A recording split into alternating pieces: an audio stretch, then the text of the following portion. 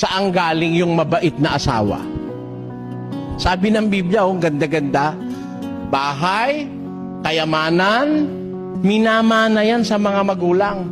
Ngunit, ang mabait na asawa, galing sa mabait na Diyos. Payag ho kayo. Sino ho sa inyo ang may asawang masama?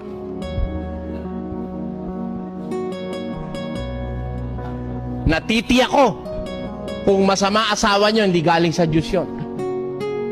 Pero, kung sa pagkakataon at sa sandali, na-realize nyo, yung asawa nyo pala'y mabait, naniniwala ako, galing yun sa Diyos. Bigay ng Diyos sa'yo. Bakit? Pakinggan nyo sa kasulatan. Ang Sino mang lalaking nakakasumpong ng asawa ay nakasumpong ng mabuting bagay. Tutulan nyo ito. Ang lalaking nakasumpong ng asawa, nakasumpong ng mabuting bagay. Lalaki ba kayo?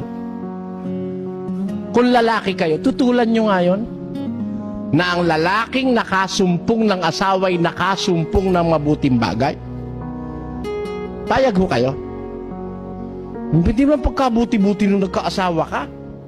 Kagaya ni